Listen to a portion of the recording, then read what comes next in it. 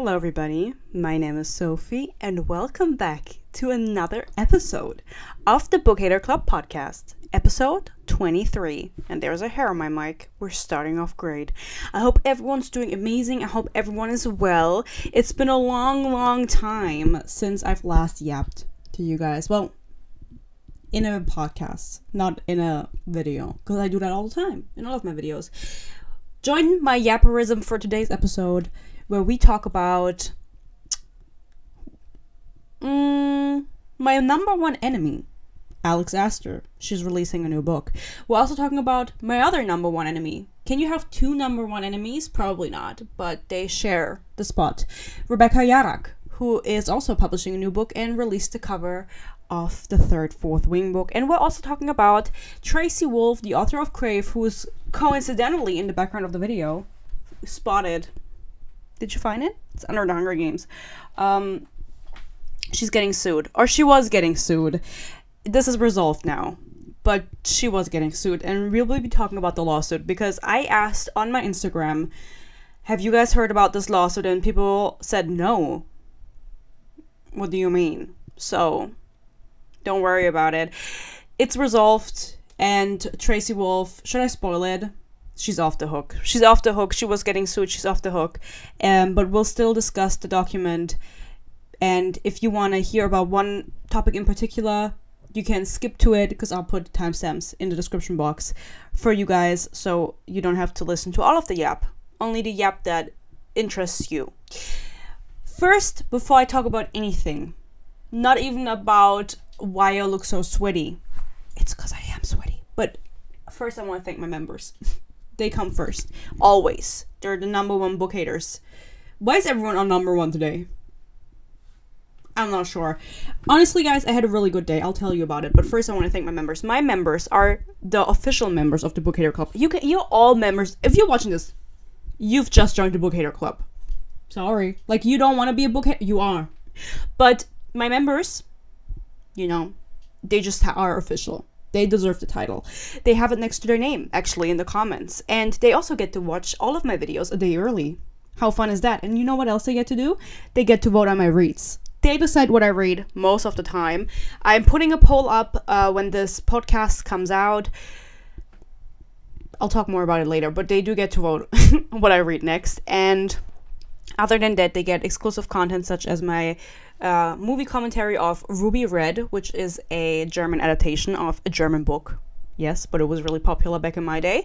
And they also get cool stickers in the comments. And they also get my eternal peace and love. So if that's something you find interesting, you can consider becoming a member.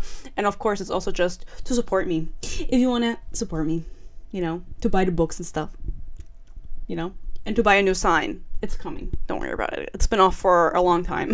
But I just keep forgetting. And then every time I sit down to film, I'm like, oh fuck, I need a new sign. I feel like it adds character that it's off though. Maybe I should get a new sign that's not this type of sign and instead something else. But I don't know. I don't know yet. I haven't thought about it. So thank you to my members. Love you guys. And let's get to the first topic, which is me. I'm going to talk about myself and things that are going on in my life. First of all, I want to thank everyone in the world that is watching and has watched in the past, because a while ago now, I think it's been a month. Has it been a month since the last podcast episode? I think so. I think a month ago, almost exactly, I hit 5,000 subscribers. OMG. Now I'm already at 5,400. OMG, which is almost 5.5, which is almost 6, which is almost 10. And then I'm leaving forever. Yeah, that was my goal, to get 10,000 subscribers. No, I want to get 100,000 because I really want the plague. How do you say it? Plague? I want the cool thing that says Honestly Sophie on the bottom with a YouTube play button. So make sure to like, subscribe, and share this video so I can get there. But for now, 5,000, you know, it's sufficient. It's working for me. It's insane, honestly. It's going really quickly. Whenever I upload a review, I know that's what people are most interested in. Podcasts, nobody watches that. Only the true book haters watch the podcast. But for the reviews, a lot of people watch those. And it's also so fun. Every time someone's like, oh my god, you're right. This book is us. It's like, yeah, I've been new. I've been new? We've been new. Everyone's been new. So thank you, everyone. I actually posted some special pictures on my Instagram, which is at honestlysophie YT, because I don't have that many followers on Instagram. What's up with that? My Instagram is so fun, guys. Did you not know I have an Instagram? You should follow me. I'll link it down below. And I posted a little photo shoot that I did with my boyfriend, which ties in perfectly into another thing that I want to talk about, which is the weather. I do want to talk about the weather. You're going to make fun of me, but it's been outrageously hot in Germany. And you cannot even fathom how hot it is in my room. I have my PC on, I have the light on, I have a laptop going, I have my terrarium with my little gecko. Her name is Nami. She actually killed her sister, but that's something that's in the past. I don't want to talk about it. It's really hot in my room. My house is in Germany. I'm German, if you didn't know. And the house is here because this is a discussion that's ongoing with like people who are from warmer climates. They will say, it's this degree every time in my country, every day. I'm talking about like 30 at least, about 30. Right now it's 32 degrees Celsius. I don't know how much that is in Fahrenheit. Quite frankly, I don't care, because that's the wrong unit to be measuring temperature in. Okay, get with the times. But the houses in Europe, most of them, Middle Europe, Northern Europe, they are built to keep the temperature or keep the warmth in. They're not built with ventilation, good ventilation. We don't have AC. Actually, fun fact, my dad did get an AC, yeah. He decided it's unbearable, this temperature, climate change.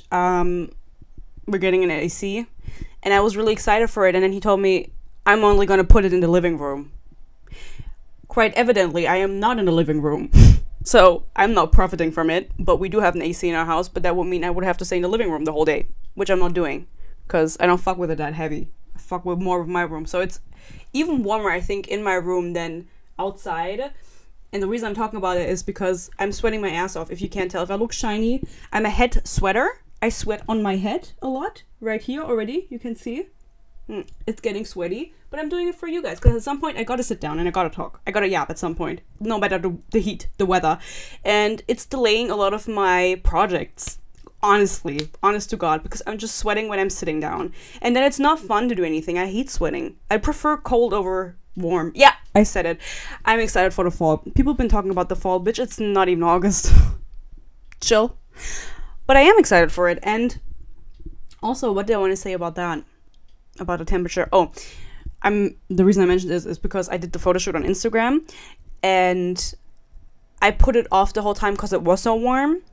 And I also put off filming videos the whole time because it is so warm, because my camera overheats. The battery gets too warm, and it's with like your phone. When that gets too warm, it will shut down. It's like cool down the phone before you start using it again. It's the same with the camera. And so it takes a long time to film. Because it's like, sorry girl, I'm hot. I don't want to put it in the fridge. I do have a mini fridge in my room. You remember when mini fridges were on trend? I never got skincare fridges. Did any of you guys have a skincare fridge or still have one? Tell me. Like, I want a little bit. I'll judge you a little bit. Because when I saw the trend of having a mini fridge, I was like, fuck yeah! And I got one on eBay. In German, it's called eBay Kleinanzeigen, which is like American Facebook Marketplace. I don't think people use Facebook Marketplace here. And I drove and I got this mini fridge, and it's like a medium fridge, honestly. There's a lot of space in it. It's not like one you put on your desk, it's under my desk.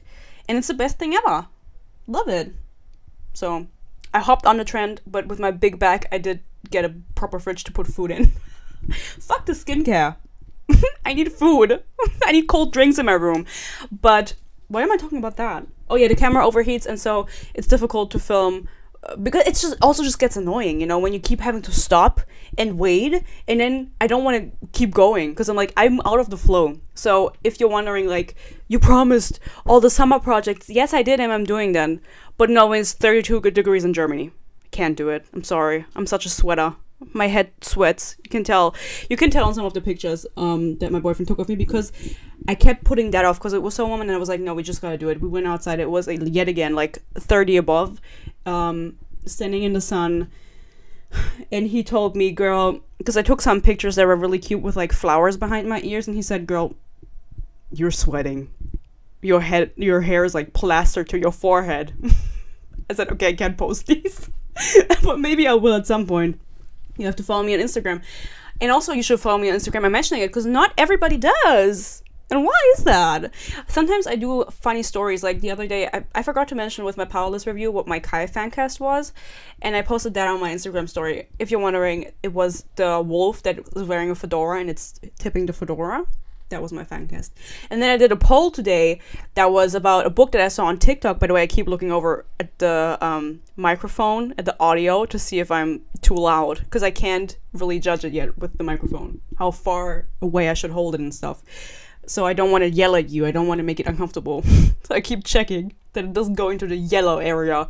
But I did a poll today about a book, and since not everybody follows me on Instagram, I will ask you now, have you heard of Quicksilver by Kelly Hard?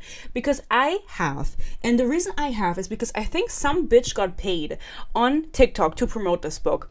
And then everyone was like, we're reading it. I keep getting, now that I talked about it, I'm gonna get even more, but I keep getting all of the TikToks about it, people saying this is the best book I've ever read, and I'm wondering, I'm gonna look up right now how many reviews it has on Goodreads now, because when I looked the other day, wait, I can just look when my screenshot was. I think it was yesterday. It was yesterday at 3 p.m. It had 7,000 ratings on Goodreads, so let's see what it has now, because by the amount of content that I was getting about it, I genuinely thought this was like blowing up. And then the first time I checked on it, it had like 7,000. It had like 4,000 ratings. And so going from 4,000 to 7,000 is still a lot, but it's not as much as I would have imagined. Like I was like, who the fuck is reading this, you know? No hate, Kelly Hart, I have known nothing about you yet. Now it has 8,000, okay, so 1,000 more people. It's growing. Guys, have you read it? Honestly, I'm gonna be honest, like, this is probably just a very generic fae romance, from what I can tell. And that's not that much. But I can tell something, and that it's probably basic. I had some people, I think, message me about it, and they said, I didn't finish it. Which, okay. You know what?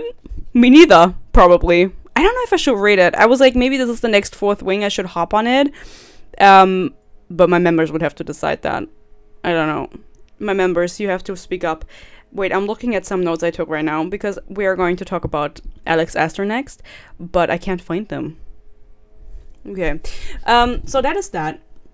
Right, why it's taking a while, because I'm sweating. After just mentioning the battery, it just died after 15 minutes of recording, so you can imagine, depending on how long this video is going to be, how often I have to get my ass up. And I'm glued to the chair with my sweat. Alas, let me check if I wanted to say anything else about myself. Well, today, wait, summer content, I'm sweating, my camera keeps overheating. I think I said that. Also, for 5,000 subscribers, I want to do a special. I mean, by the time it comes out, it's probably going to be at, like, I'm going to be at 6,000 subscribers because it's just growing so much. But I do want to do a special. I did one for 1,000 subscribers. I did reading 1,000 pages in 1,000 days. No, that would be a lot. 1,000 pages in 100. No, in 100 days. What am I doing in one day? I don't know if people watched. I don't remember. I don't remember what I read. I think I read Ugly Love. Anyway, I'll do one. I think I want to do like reading 5 books in 5 days, but that's gonna be in a while. Oh, guys, sorry. And you're gonna say, why are you wearing a long sleeve? What about it? I really wanted to wear this hard blouse. Thought it looked cute with my lipstick. I wanted to match, okay? My little glitter on my eye. So, that being said, what was my day like? You were wondering. I did work today this morning. I had to work from 6 a.m. to 12 p.m. and it was really fun. I had an ice cream after. It wasn't fun. It was just work, you know. I do shelving in a retail store, so it's retail. Fuck retail. See, that's why I need the subscribers. Please, I don't want to work in retail anymore. I'm so over it. No, I'm kidding. Well, semi-kidding. And then after that, my day just kept getting better because I really wanted a bag and it was sold out online. So I went in the store that said it had low quantity of this bag, and I went to the store and it wasn't on sale. I found it. It was one left. It wasn't on sale. It wasn't marked as on sale. Went to the cashier, said, hey, would you adjust the price for me? It says it's on sale online. She said, absolutely. And then I got the bag that I wanted. And then I went outside of the store and I saw that someone was making free coffee. Making free coffee. You could get free coffee. And I was like, oh my God, that's so nice. And it was like the barista making free coffee. It was absolutely not a barista making this coffee. It was like someone's dad. He had no idea what he was doing, quite frankly. Like, at least he didn't look like maybe he is a barista. He just doesn't look like he knows what he's doing. You could choose between an Americano, cappuccino, a milk coffee. Isn't cappuccino, probably it's like, I don't actually know anything about coffee, but I don't drink coffee that often. I'm more of a tea person, but no, actually, tea and coffee are both stereotypes for Ritas, right? Because we fuck with both. I don't really know. I like tea more. But I was like, you know what? I just got off work. I just worked from, like, I had to get up at 5 a.m. I'm going to drink a fucking coffee. And then he had a last option. It was a cold brew. I was like, a cold brew? Okay, King, like, show me what you can do, barista. This man, I mean, I wish I would have taken a picture of it. No, I don't want to make fun of this man. He's making an honest living. I mean, I didn't pay him. I don't know who's paying him. He was giving it out for free. I was like, one cold brew, please. And he was like, oh yeah, that's the easiest thing to make. I was like, okay. And he goes to this little, how do you say, like, box with ice cubes. And he takes a little shovel, takes some ice cubes, puts them in a cup. Then out of the fridge, that's as big as my fridge, takes out a bottle, which I assume is coffee, cold brew, puts it in a cup, and he goes, do you want milk? And I was watching, I was like, yeah. And he put in milk, and then the milk, it emptied. He used the last bit of the milk. Normal milk, by the way. There were no other options, like, whatever. I don't care about milk. And then he goes, oh, I have to open another package. He takes another package out of the fridge. He goes to pour the milk into my cup. It just spills everywhere. You know when you're trying to pour something, a liquid, and it for some reason won't go out? It will go, like, down the bottle? It was all over his hands. There was, like, some hand juice off his probably in my cold brew. And he said, oh, I spilled. I said, I saw. He said, well, it adds character to my cold brew? This genuinely happened. I still drank it. It just tasted like ice cubes because it was mostly ice cubes. But maybe that's what cold brew is supposed to taste like, because I've never gotten a cold brew. I was like, okay, I'm going to be crazy. Oh, it's so warm outside. I'm going to get a cold drink. It was free. You know, in German you say when you get something for free, or when you get something for free, you can say, einem geschenkten Gaul schaut man nicht ins Maul. And it means if you get a horse for free, you're not gonna look into its mouth. You're not gonna look into its mouth. Probably because, like, the teeth are rotten or something. I don't know the historical context of this. How do you say? How do you say Sprichwort? Idiom. I know my words. I don't know the historical context. I'm just guessing. So I didn't look into its mouth. I just drank it. And then I went to my car. I parked in a parking house. Parkhaus. Parking house? That is not what it's called. You know where you drive inside and then you have to pay. It's like multiple parking spaces. What the fuck is it called? Parking garage. But it's not a garage. It goes up. And it doesn't go down. It goes up. And I go into the parking garage to my car. And you can't pay cash in this parking garage. You have to pay with card. And there's a dude, and he cannot figure it out. And he goes, hey. And I say, what is it? And he goes, can you pay for my parking ticket? I was like, no. And he said, no, I'll give the money to you. I was like, okay. Because he only had cash. And I was like, okay, sure. It was €2. I paid for the parking for him. I said, okay, there you go. And he goes, here you go. And he gives me €5. So I was like, oh, wait, I can give you change.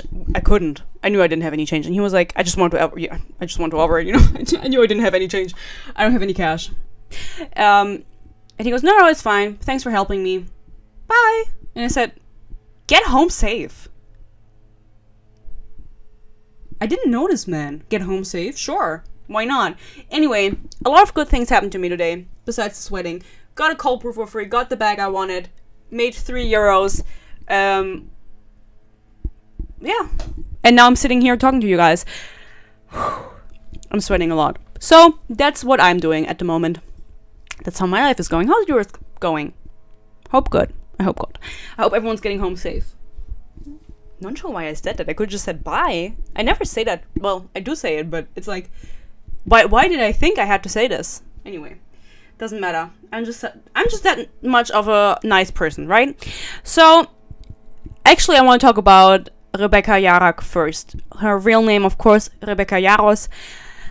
I do call her Rebecca Yarak if you're new here, which means cock in Turkish. So, because I don't fuck with her. I actually have a major beef with Rebecca Yarak. She revealed the cover of Onyx Storm, which is the 3rd book. I'll put it up on the screen. I don't fucking care. I don't give a fuck about this book, guys. I mean, about the cover. I do care about the book in a sense because I am going to read it. I think I'm the number... No, probably not. There's probably people who associate other creators with Fourth Wing, like Fourth Wing hate. But I think I'm the number 1 hater just because my 1-star reviews are the most liked on Goodreads. Skinny jeans, shaving gooch. People like to discuss whether she does shave her Gucci or whether he does wear skinny jeans excessively. Not everything is meant to be taken literally. I just want to put that out there. Because still to this day, and I understand why, because people are still reading the book and stuff and finding the review, it's fine. But they will die on the hill of like, he doesn't wear skinny jeans, it's just flying leathers. He's wearing his flying leathers. Are you listening to yourselves? I was just making a joke. Because I don't fuck with skinny jeans. I don't know if he literally does wear skinny jeans. It's always like, every time I get a comment like that on the Goodreads review, I'm like, I think it's funny. Like, you know what? It's good for you. I did figure out that she was publishing a new book this October because if you don't know, Rebecca Yarak is originally... Oh my god, I just scrolled onto a picture of Tracy Wolf. We'll talk about her, girl. I mentioned it in a review because I did review Crave.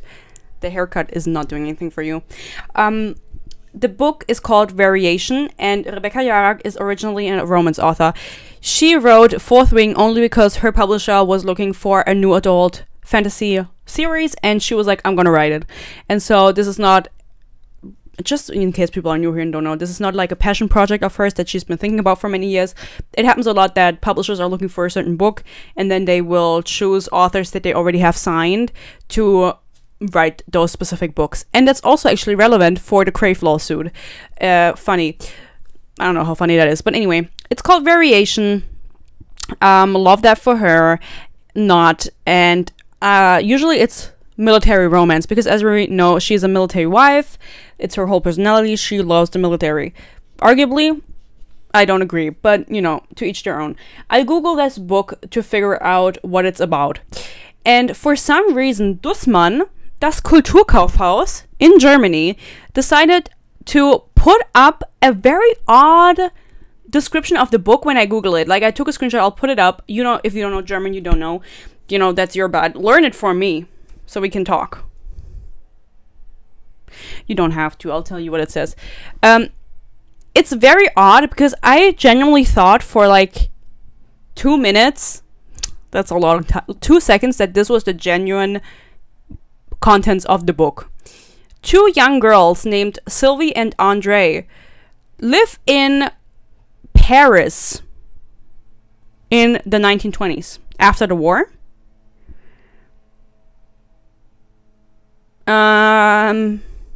What the fuck does she know about Paris after the First World War? Is what my reaction was to that. And then I clicked it and I realized that this was wrong. I don't know what book this is, but I genuinely believed it. That I was like, what the fuck does she know? But since it was about war, I was like, okay, maybe this is like a passion project. Like, maybe she fucked with the First World War. I'm not sure. It's not about the First World War, guys. This is a different book. I don't know why they're trying to tell me that Rebecca Yarak wrote about it in her new book. But as far as I'm concerned, it's about like a dancer that returns and meets like a military guy, and then they uncover a secret or something. Anyway, I don't know what I was saying, but she announced the cover of Fourth Wing of Onyx Storm. I'm gonna mess up all of the names of the covers. What the fuck is going on of the books? Because I just don't know. I always mess up Iron Flame and Fourth Wing already, and then there's a third one? And a fourth one and a fifth one? Hopefully not. Hopefully someone's stopping her. On the topic of stopping authors from writing a book, I am the #1 Alex Aster hater. People know me as the Alex Aster hater. Nobody knows me as that, but I do know myself, and I know that I am. And I have beef with this woman. I did a whole podcast episode about her, talking about who she is. When Lightlark first blew up, I have a Lightlark review, and the second book I also reviewed, and the third book is coming out this year, guys. And don't worry, I'm reading it, and I genuinely thought for a brief moment that maybe it was going to be better than the other two books. Oh my god. Alas, I heard devastating news while I was on the toilet, on TikTok on the toilet. It is that she is now publishing a new book, a completely separate book from the Lightlark series, her first adult romance. Oh! I can't wait to read Alex Aster smut. Yeah, do it, girl. Do it. And she is doing it. You can be sure that she's doing it. I saw the announcement before it was out. She was like, I'm announcing it tomorrow. And then tomorrow, the next day, I saw it. And someone even sent it to me on Instagram and was like, girl, did you see this? And I was like, yes. So people do know me as the hater. And then they said, please read it. Are you paying me? No. Maybe I'm going to read it. Honestly, I kind of want to read it. And I'll tell you why. So this book... The description of this book is insanely long on Goodreads. And I'm gonna read it out to you. Oh my god, I'm so sorry. I look so sweaty, but I'm gonna read it out to you. It's called Summer in the City. It's a adult romance. And now I'm gonna tell you what it is about. What it is about? Let's go. From the New York Times best-selling author of the Lightlark series, this is Alex Aster's debut romance novel. 27-year-old screenwriter Elle has the chance of a lifetime to write a big-budget movie set in New York City. The only problem? She's had a writer's block for months! And her screenplay is due at the end of the summer. In a desperate attempt at inspiration, Elle ends up back in the city she swore she would never return to, in an apartment she could never afford, in brackets, floor-to-ceiling windows, skyline views, and a new coffee shop to haunt included. And this is like a foretelling to the amount of brackets that are going to be in the final novel. I'll tell you in a second how I know. I'll tell you. It's the perfect place to write her screenplay, ...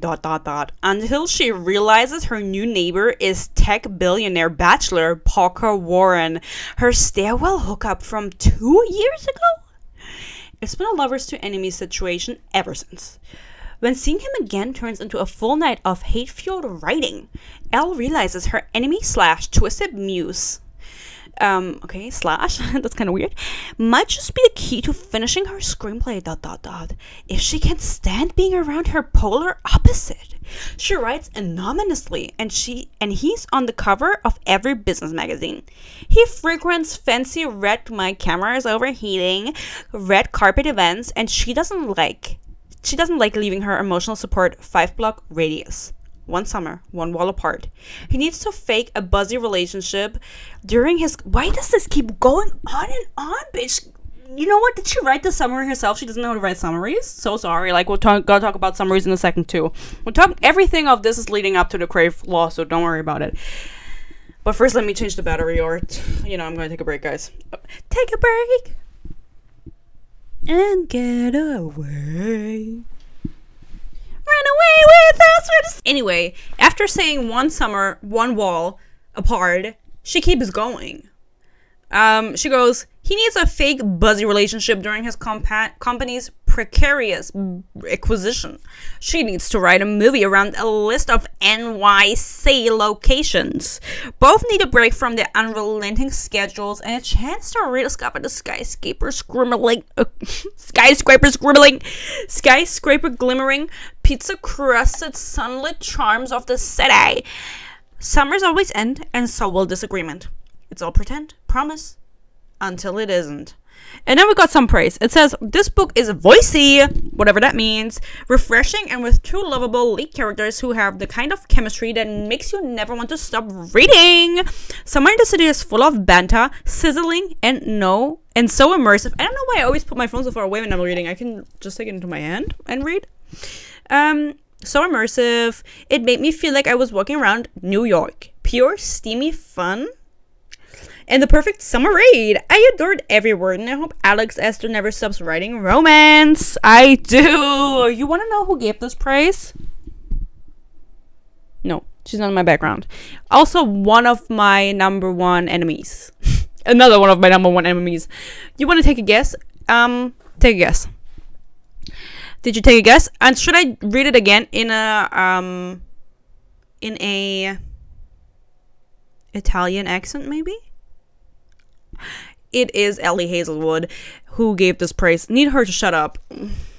Hate Ellie Hazelwood. Piss off. Hate you.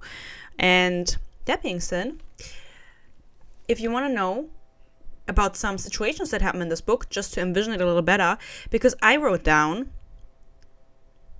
adult romance and it seems completely unhinged. The dude is weirdly obsessed.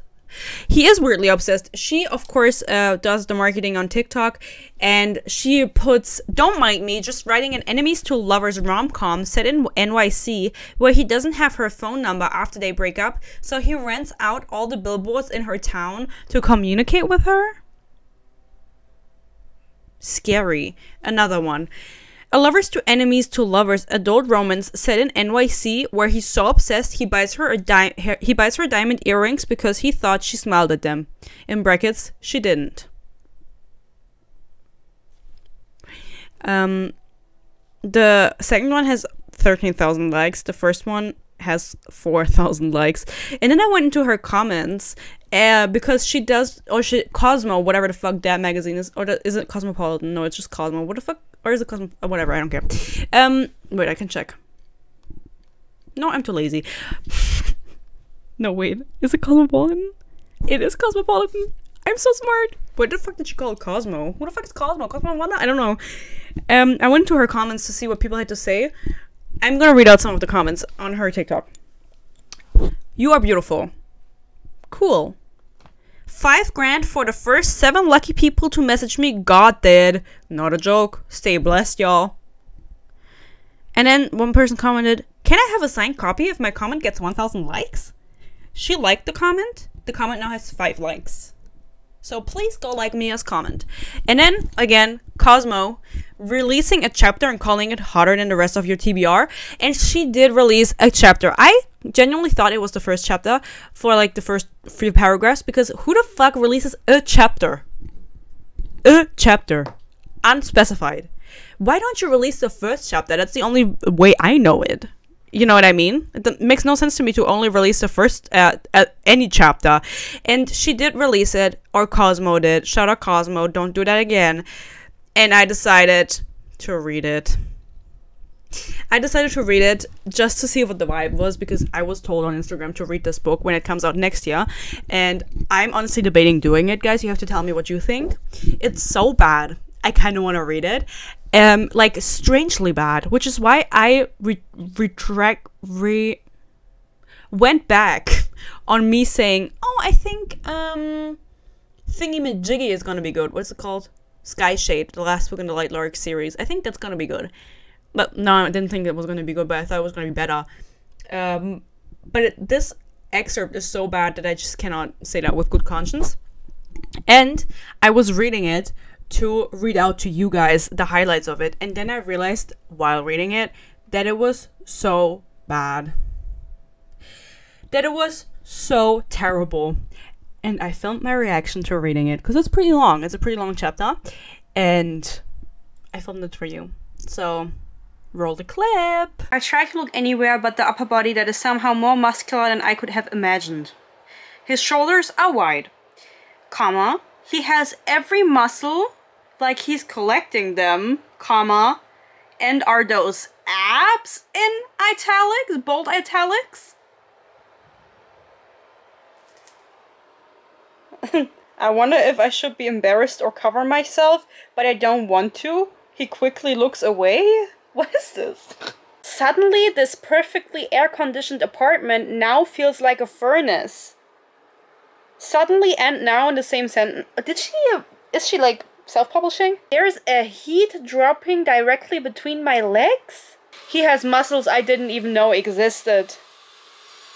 I didn't think real people actually had abs. What the fuck is going on outside? He laughs and puts a gentle hand on my hip, keeping me in place.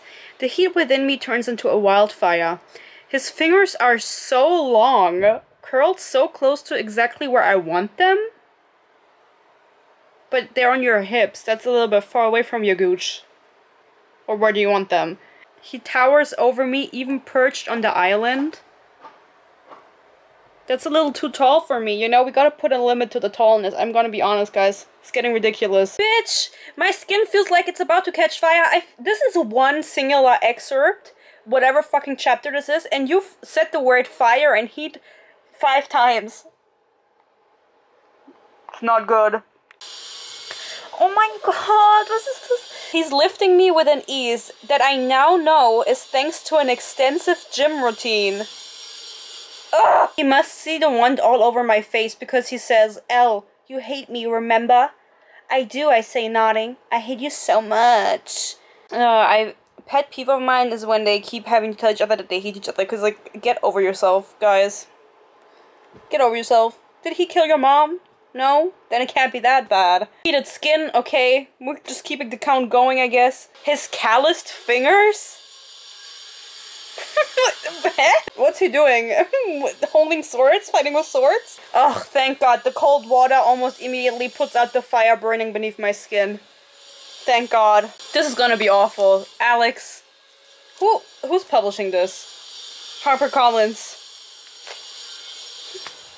I hope you liked that. It was really bad. Yet again, Cosmopolitan published it. It's called The Summer in the City. Not The Summer. Summer in the City. And you can read it yourself if you want to. There's a lot of brackets. A lot of weird phrasing. He's really hot. He has a lot of muscles. That's what I remember. And she's really hot. She needs to take a cold shower. So you can read that for yourselves if you want to make up your own mind. But yet again, we know. Fuck Alex. Sorry, that was aggressive. I don't fuck with Alex Astor. #1 hater. And I think that kind of sums it up to this point. And we should now, since we're already 40 minutes in, and this is a long lawsuit, talk about the lawsuit. And yes, you might have guessed it already. Probably not, because why would you? I'm here on my PC. Proof. There you go. I have the document here. You can find it online. I also have the motion to dismiss here. Which, whatever that means. I want to make clear before I talk about this lawsuit, I know nothing of law, especially not American law. I don't even know the German law, and I'm German.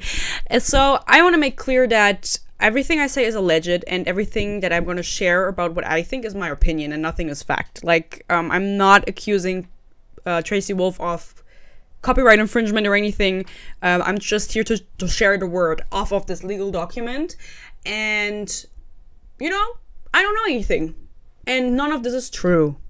And I love you, Crazy Wolf. I just shipped her with her own book. Tracy Wolf, I love you so much. You're the best author in the world. Yet again, went on her Instagram, comments turned off. She turned them back on, but they were turned off for a while.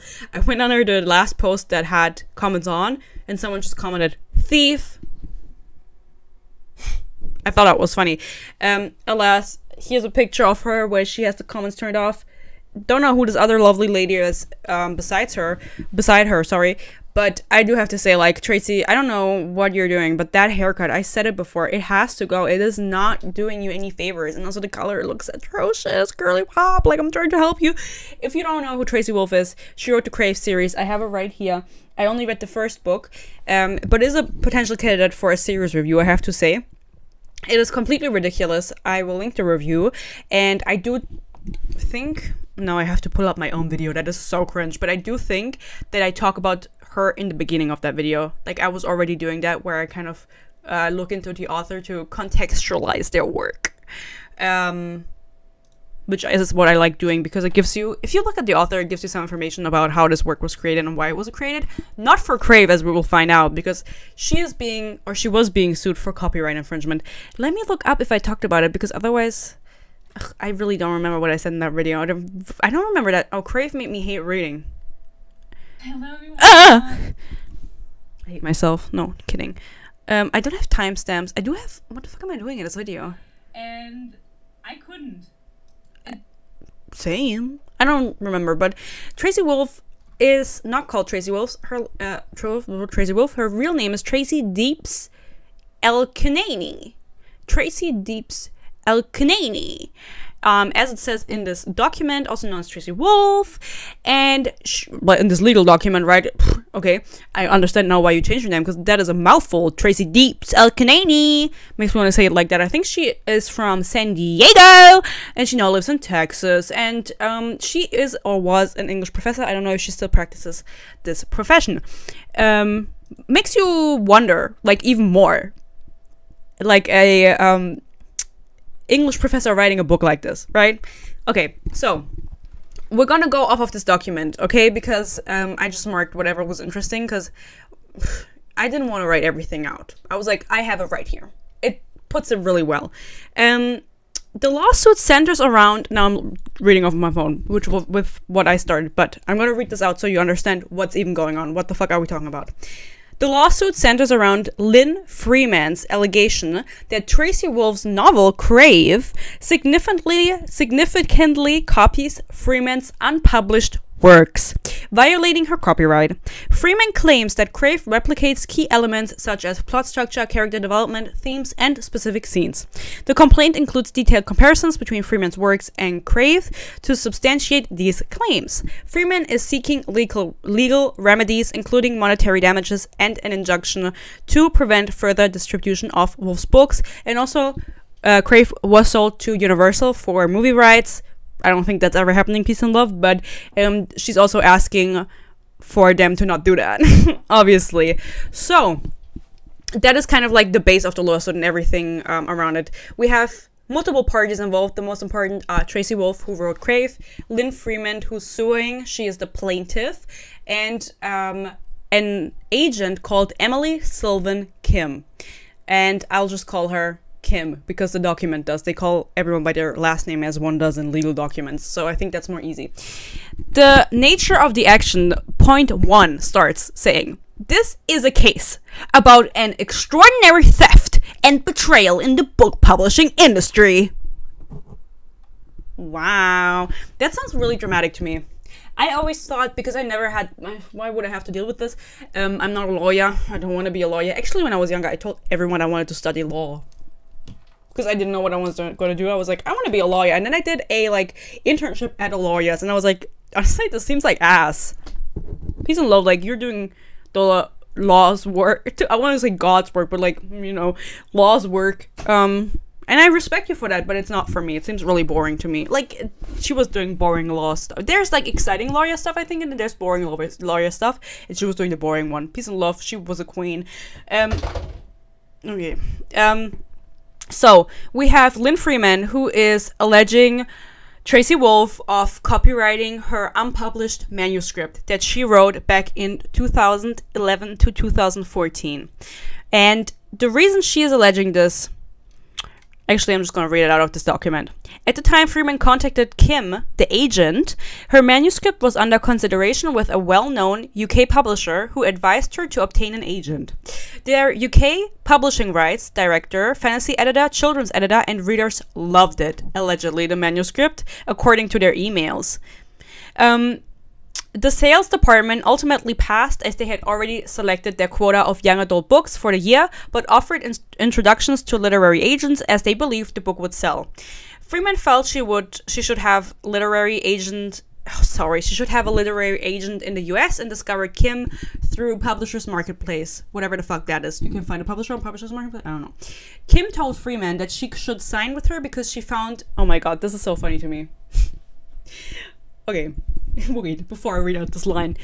Basically, there was a UK publisher who fucked with Freeman's book, the manuscript, that was allegedly copied and turned into Crave, and they just didn't have any space to publish it. Their quota of young adult books for the year was already full. They weren't going to publish them.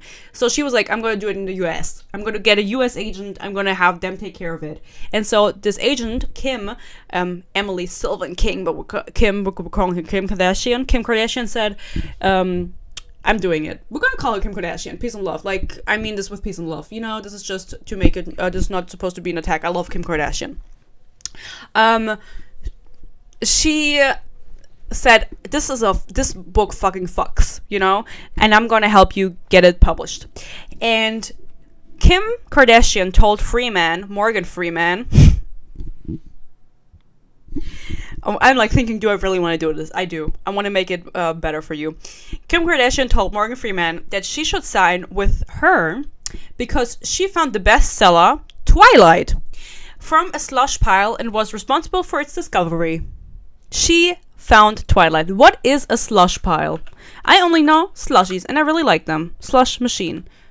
Slush pile, meaning a stack of unsolicited manuscripts that have been sent to a publishing company for consideration.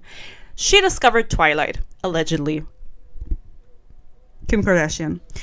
Do we believe that? I'm not sure. So, Kim Kardashian told Morgan Freeman that she liked her manuscript very much, loved her writing, and that only a few minor changes would be required before the book would be ready and steady and sent to other publishers. Keep this in mind. She was like, this is almost like a perfect work. We can almost send this off, right? Then Morgan Freeman, spent over 3 years having frequent and lengthy phone calls with Kim Kardashian and constantly exchanging emails, the focus of which were comments and detailed questions that Kim Kardashian had regarding the manuscript, which led to Morgan Freeman repeatedly revising it and creating new material. Kim Kardashian requested pitch notes, chapter outlines, chapter summaries, synopses, query letters, Freeman's notes, and used to create the manuscript, her plans for the book series. She even asked Morgan Freeman to write letters for her to use with potential publishers about the books. Morgan Freeman complied, and over the course of their relationship, sent Kim over 45 versions of the manuscript. So, even though the manuscript which is called Blue Moon Rising, by the way, or was called Blue Moon Rising, was so good and only needed a few minor changes, it had to be changed over 45 times because Kim Kardashian was just so curious. She wanted to know more and more. And I also find it odd that it mentions that she had to write her own summaries and query letters to publishers, because I feel like that is something that an agent does for you. Like, I would just assume, as someone who knows nothing about the publishing industry. And she did all of this. And then it just didn't work out. No one really wanted it. She sent it to a few publishers, but nothing worked out. And they worked together for 3 years trying to get it up until 2014. And it just didn't work, okay? And they parted ways amicably. Amicably is the right word, I think, right? Like in peace and love, they parted ways. They were like, it's not going to work out. So it was really interesting because Morgan Freeman once went to a bookstore in 2021 and found Crave by Tracy Wolff. Read the book and was like, what the fuck? This is my book. You know what I mean? Like the manuscript that I wrote, that I never published. She never ended up publishing Blue Moon Rising. This is like the same thing, according to her. And the reason that Crave exists, if you're wondering, is because Liz Pelletier, Entangled, which is a publisher, chief executive officer and publisher, was looking for a book to fill this niche. And I was like, why the fuck do I know Liz Pelletier's name? Because Fourth Wing is published by Entangled. It's the same publisher, and she is also listed as an executive producer for the Fourth Wing adaptation that is allegedly happening. Do we think it's happening? Who thinks that? Raise your hands. I thought so. So, why does Crave exist? You're gonna ask me. Well, Miss Tracy Wolff, she did not want to write Crave originally. Like, it wasn't her idea, I mean, because Crave was created by a collaborative effort. It says here that Liz Pelletier, the CEO of Entangled, created the basic storyline for the Crave book series, selecting the writer Tracy Wolff not based on a prepared manuscript, but due to her writing voice. Through counsel, Pelletier claims that the Crave book series was a collaborative project, with Pelletier providing to Wolff in writing the main plot location. Wait, I have to read that sentence again. Was a collaborative project with Pelletier, providing to Wolf. So the editor or the CEO of Entangled was allegedly giving Tracy Wolf the main plot, location, characters, scenes, and actively participating in the editing and writing process. Tracy Wolf just wrote Crave because people were like, oh, can you write this for us? Okay, I can. Just like Rebecca Yara wrote Fourth Wing because they were like, we're looking for this and this. Can someone please write it? And she was like, yeah, I can. I can do that. It then says, interestingly, Entangled admits to having received Morgan Freeman's manuscript in late 2013. Kim Kardashian told Morgan Freeman that she sent the manuscript to Stacey Abrams, an editorial director at Entangled. Miss Abrams and Miss Pelletier are listed in both Crave and Crush as the editors of both books.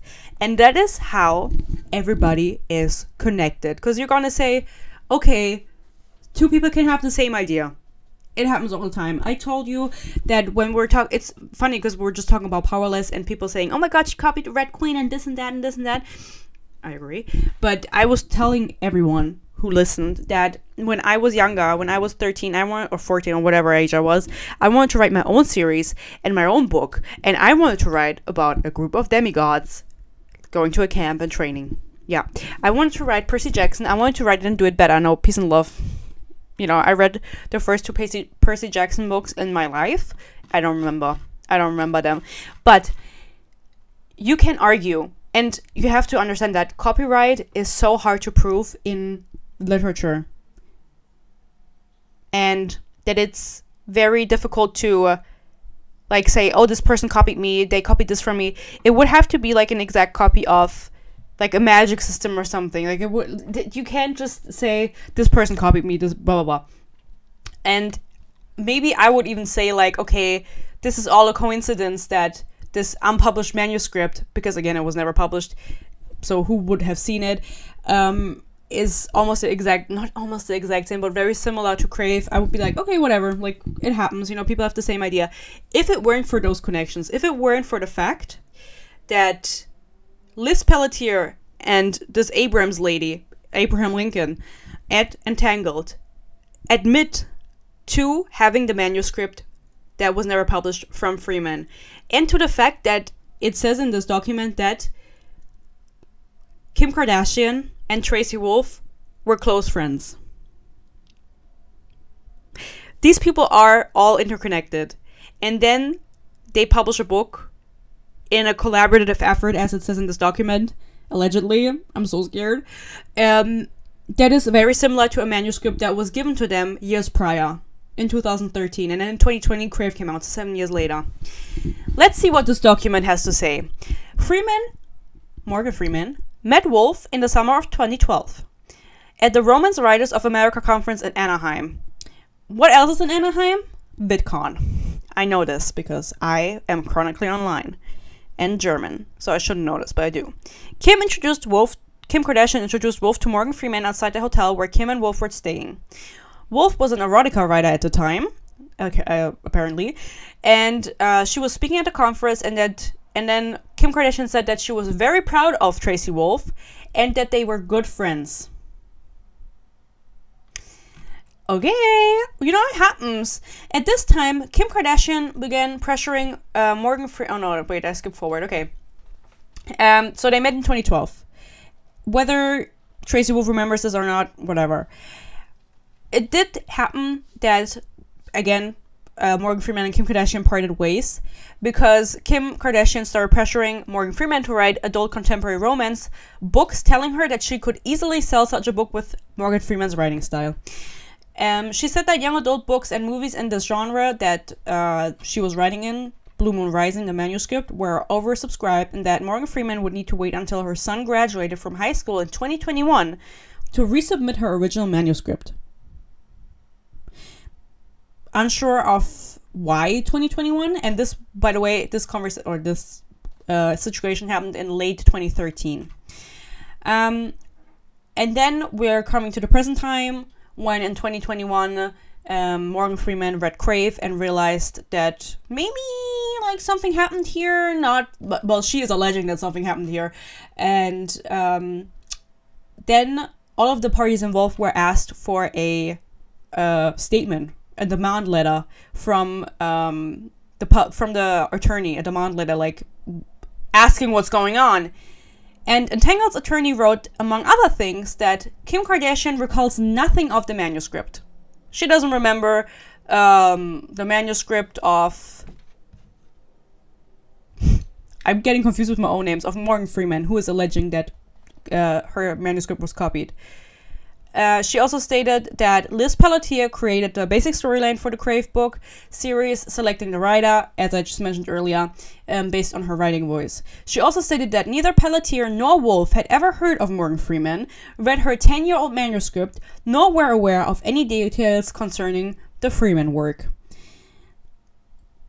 They met, allegedly, in 2012, as you remember, but you can't remember everyone you've ever met. And as I mentioned, Entangled... Oh, my boyfriend's like, I'm almost at the gym, can you pick me up? I don't think so. I'm literally reading a lawsuit right now. I'm literally doing the law right now. In reply to Entangled's attorney's letters, Freeman's attorney wrote that the similarities go way beyond the main storyline, and that the lawyer's comments about Entangled's supposed involvement in writing the book were interesting because Kim Kardashian told Morgan Freeman that she'd submitted Morgan Freeman's manuscript for possible publication to Entangled. Entangled's attorney then admitted in writing that Freeman's manuscript was sent by Kim to Entangled, that they received it, and that Liz Pelletier received a pitch letter about the book. That is how everyone's connected. Changing the battery. Oh my god. Upon information and belief, Kim Kardashian sent the manuscript to Stacey Abrams, an editorial director at Entangled. And as we know, they are both editors. They kind of repeat themselves over and over in the document. I don't know if this is normal. Again, I know nothing of the law. Everything is alleged. I don't mean anything in ill manner. So, what do you guys think? I'm obviously going to show you or read out some similarities to you, but just based on this, everyone in this story seems to be kind of interconnected. And what I allegedly think that happened, if you ask me for my unknowing opinion, like just my vibe, the vibe I'm trying to catch, I think that maybe, not necessarily the entire manuscript that Morgan Freeman wrote, but one of those many things that I listed earlier, like synopses and stuff like that, maybe one of those things was allegedly given to someone like, could have been allegedly given to someone like Tracy Wolf, because maybe someone like Liz Pelletier found this again and was like, now's the time where something like this would really sell. And then gave one of those things to maybe Tracy Wolf, maybe. And Tracy Wolf just went off of that. Maybe, allegedly, is what I think. You know, not that an entire manuscript was copied or paraphrased, but more so that the storyline and ideas that were given to Tracy Wolf were maybe allegedly based on something that Liz Pelletier had already received a few years prior and had maybe lying around, and maybe allegedly, I have to say this because I'm so scared, refound while cleaning her desk and was like, okay, maybe we can work with this.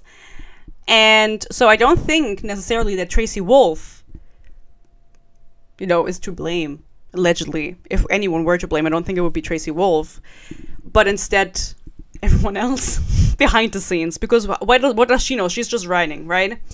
I'm gonna read out some of the things that I think are most interesting about the similarities, like that to me personally seem very similar, and then some things that I just think are very like a far stretch, like really made up, like the like some things I really had to giggle at, but because they listed it as similarities, but they're very like basic storylines and very basic ideas.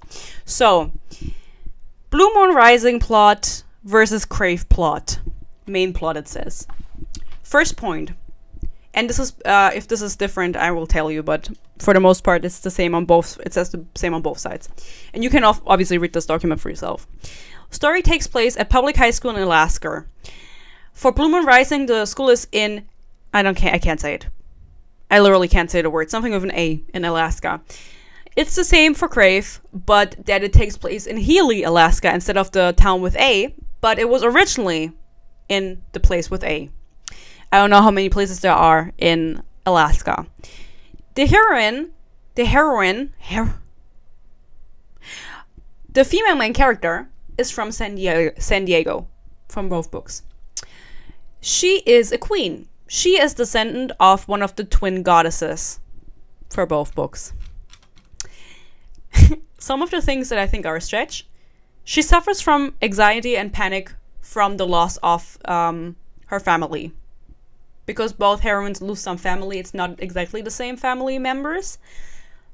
That is just something where they're like drawing similarities where I'm like, okay, that is, I don't think we can use this for a base of an argument, in my opinion, you know?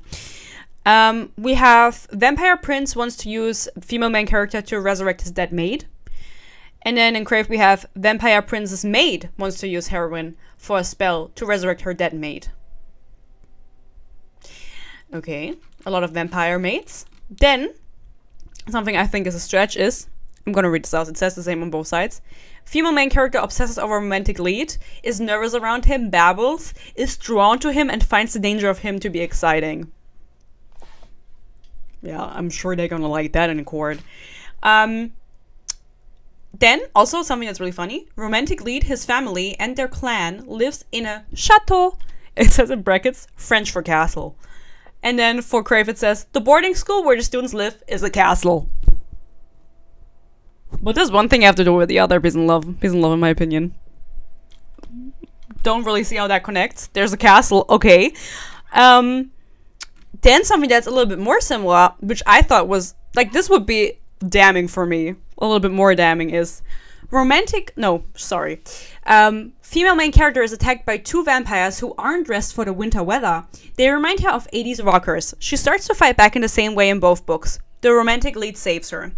And for Crave it says, heroine is attacked by two werewolves who aren't dressed for the winter weather. They remind her of 80s concert goers. She starts to fight back in the same way in both books. The romantic lead saves her. So for one book it's vampires, for the other one it's werewolves. And I thought it was interesting that this was like almost exactly the same scene. Like those are things where I'm like, okay, like I don't know if you would just think of that, especially the fact that they look like 80s rockers or 80s concert goers. It seems like it was a little bit tweaked, but it's very similar in my opinion, like at least this point, allegedly. It says, obviously I'm spoiling Crave for you guys, by the way. Don't worry, watch my review. You're not missing out on anything. Something that I think is a stretch. He feels what has happened is his fault, and they have a discussion about whether they should have a relationship. They agree to be together. They share an epic kiss. The female main character attempts to sacrifice her life for his. You know, I would be reading this, I would be like, I'm not sure. And then they list, and again, like, you can read this document for yourself, they list a lot of phrasing that is similar, because they allege that scenes are similar between the copyright material and Crave, and that also a lot of phrasing is similar, and that it happens within pages of each other, the scenes. But I don't think you can, this is nothing you can really prove, because let me just pick out a random example. It says in the copyright material, the overall picture was one of a dangerous, irresistible beauty, wicked grin, just plain sexy. And then they quote Crave, where it says, sexy as hell, a little wicked, all dangerous. Sorry, you know what I mean? It's like, okay, we're all using the same words. Like, there's only so many words you can use. I think this is not, in my opinion, this is not sustainable to argue, like grounds to argue on. What's more interesting is the scenes and the similarities, like the party people, the party bitches in the winter weather that look like 80s people. You know, back in the 80s it was crazy, I heard. I'm just scrolling down because, by the way, I didn't mention this document is 86 pages long. It is 86 pages long. Later down, they do describe the similarities not just between plot, but also between characters and characters' appearance. Here, female main character describes romantic lead's appearance is very interesting to me because it is so ridiculous. I'm sorry, but the thing is, I know nothing about the law, but just like this, how are you gonna win a fucking case with this? It just literally lists adjectives: dangerous, bad boy, sexy, arrogant, rock star, gorgeous, beautiful, wicked, wild. Every smoking hot, hard biceps. You know, every male character in a YA book is described like that. This is not grounds to argue on, in my opinion. Like, I wouldn't put this in if I were your law. It makes you look bad. Then they do more paraphrasing. For example, a character says, okay. Oh my god, this is literally so funny. In the copyright material, it says okay with 3 A's. And in Crave, a character says okay with 6 A's. And they list this as a similarity. I just feel so bad for the person who had to work this out. I wonder if Morgan Freeman did it himself. There are a lot of references to pop culture that are similar, which I think is interesting. People thought that this was pretty damning because both of the books reference Harry Potter, movies related to Tom Cruise specifically, Star Wars, Shakespeare, and others that are not listed right now. Sorry, I lied. But like, there's a longer list of that. Yet again, it's like, I'm not sure. I'm not sure if we can use this. And also they both say things that go bump in the night in both books. I don't know what that's supposed to mean. Then on point 43 we have the characters in Crave are also substantially similar. Set forth below are some examples of the similar characters. Some of the characters' traits are not displayed until later books in the series, because they do also compare the other series books, but I'm not going to talk about it. We're just talking about Crave here. So first we have the 2 main characters. In the original series it was Anna, in Crave it was Grace, and they just list character traits that are similar. For example, her parents were deeply in love with one another, and then when Crave it says her parents loved each other a ridiculous amount. And so it's like, okay, I think again, like, only the things related to plot points are interesting. For example, in the original, or not the original, the copyrighted material, it says one is an immortal abomination who is trapped in chains in a place reachable by portal. The vampire prince put him there.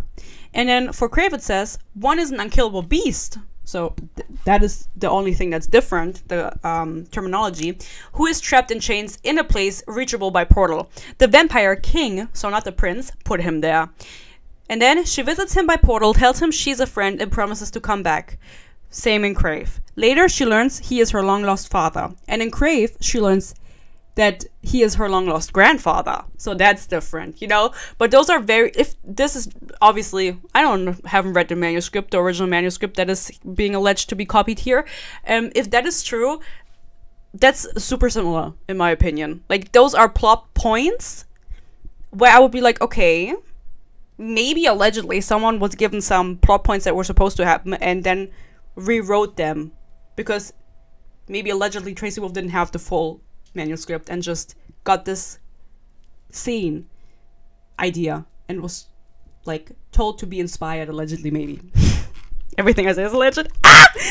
So for the last line is she's a queen. For the first romantic interest in the series, we also have comparisons. It says things like dominant, dark hair, tall, slim, muscled. Who the fuck gives a fuck about those things? Something that's interesting is that both of them have magical abilities that may make them move so quickly that it looks like they are appearing and disappearing. That is the same for allegedly both books. Allegedly it's the same. They just have different terminology. One of them is cast, one of them is fade, but they have the same ability. And I think this is like a interesting ability. This is not like, I don't know, something obscure like using fire.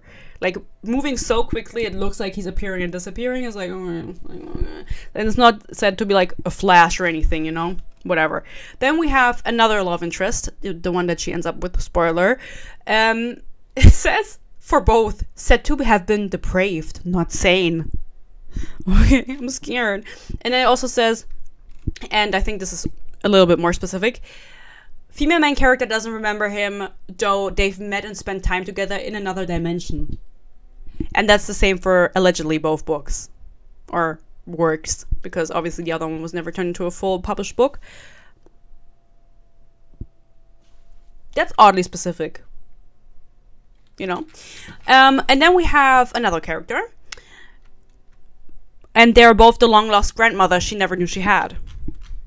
And then we have another character, and he's gay. And it's the sidekick. I don't know if you guys read Crave, if you're just watching this and you're like, what the fuck is this girl on? But in Crave, there is a side character. It's a male side character who the love interests get jealous of, and he is mixed. He's black. He's the one black character, and he's gay. And allegedly that's the same for both books, but that's also so generic nowadays. Like, you could say, like, okay, like, that's exactly the same, just different names, because the names were changed. There's a name that's Bloodletter, and they're in both books, allegedly in both works. The name Bloodletter, but different characters are called this. They don't have the same purpose, but Bloodletter is used, and I think that's copied from, I don't know, a video game that I don't play, and I play a lot of video games, but I don't play this one, I don't remember. Also, there is a vampire prince and a vampire king that I mentioned earlier, so that's similar, and they're both described to be like a cobra, which is like a similarity that I found specific. You know, those are just more specific things. And also, it says for them, for these vampire people, he has a daughter from another woman who is not his mate, which is a surprise in the story, which is similar, you can argue. And also, his daughter is related to the female main character in both books, which is also interesting that this was like a big plot point, because it says this is a big plot point. And then I stopped marking things. Let me just... No, that's it. Oh my gosh, I have to talk about it because this was resolved, allegedly. I found a document that resolved this. Or not that resolved this, what is it called? That is like the dismissal. And I'm gonna read that out to you now, because I already said my opinion. I think that allegedly maybe not the entire manuscript was given to Tracy Wolff, and I don't think Tracy Wolff is necessarily at fault, but that Liz Pelletier allegedly maybe gave her an outline of a story that she wanted written that has some odd similarities to a manuscript that she maybe at one point saw allegedly in her life. And because she wasn't given, Tracy Wolff wasn't given an entire manuscript to just paraphrase, a lot of things are similar but not the same. You know what I mean? Alas, Tracy Wolff, you're free. You're a free woman. The court said that this was not substantial and that, you know, she basically told Morgan Freeman to get the fuck out. The court rejected the plaintiff's argument, stating that the method of copying is irrelevant. The key issue is whether the end product shows substantial similarity to the original work. The court applied the extrinsic test to determine substantial similarity. This test dissects the expressive elements of the works to see if there are similarities in protectable elements. Because saying both books or both works use the word demon, that's not a protectable element. Anyone can use the word demon. You know what I mean? And I just think that I can believe what I want, but just this lawsuit on itself, I think it's maybe a little weak. Yeah, I think so. Like they didn't argue well. They didn't argue well. They should have argued like me, like a lion, lioness. People always say that in German. You talk like a lion. I don't like that. Anyway, the court concluded that the plaintiff failed to demonstrate substantial similarity between the works under the extrinsic test. Therefore, the court decided that the case could be dismissed at the rule whatever stage, which is typically for determining whether the complaint states a claim upon which relief can be granted without needing further evidence or discovery. Legal principles cited. Common phrases, scenes that naturally flow from a basic plot premise, and generic elements are not protected by copyright, which I just said. Hillary just said that. A finding of substantial similarity must focus on protectable elements of the work. The presence of unprotectable elements and generic similarities does not suffice? I don't know, but I know what it means. Bitch, for a copyright infringement claim. The court sided with the defendant, agreeing that there was no substantial similarity between the plaintiff's and defendant's work based on the protectable elements. As a result, the plaintiff's copyright infringement claim was dismissed. So, Tracy Wolff, you're off the hook. You're off the kicker, or whatever you say. Love you, Tracy Wolff. Again, everything I said was alleged, and I love everybody in this case, and I think everybody deserves peace and love. I said my opinion. I know what I believe for this copyright lawsuit. Tracy Wolff, new haircut incoming, new era incoming, I hope. Let me know your opinion on this Tracy Wolff lawsuit case. Again, I didn't see...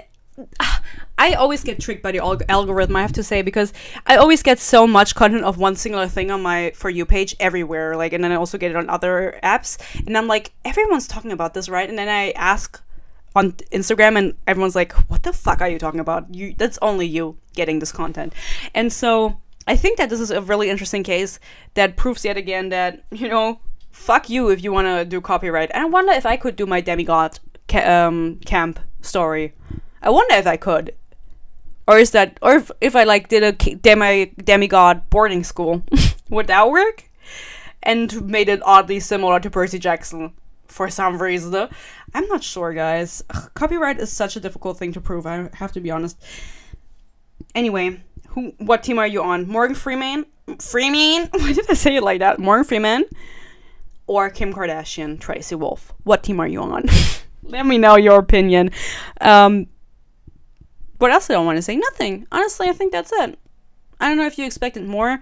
I think it's insane that this happened to Morgan Freeman. I hope he and or she or they can live with this. I honestly don't know. I like what they got out of this now. A lot of lawyer fees and no result. Like, because apparently also no one heard of this, and I don't think that they ended up, like, Morgan Freeman ended up being a published author after this to like promote their work with this lawsuit or something. I don't really know. Like, I don't really know what this was really, I think, just a passion thing where they were like, I feel betrayed, or I feel like I was done wrong and I want to prove my point. That's what I feel they felt. So guys, I'm sweating my ass off. Let me know if you're sweating your ass off.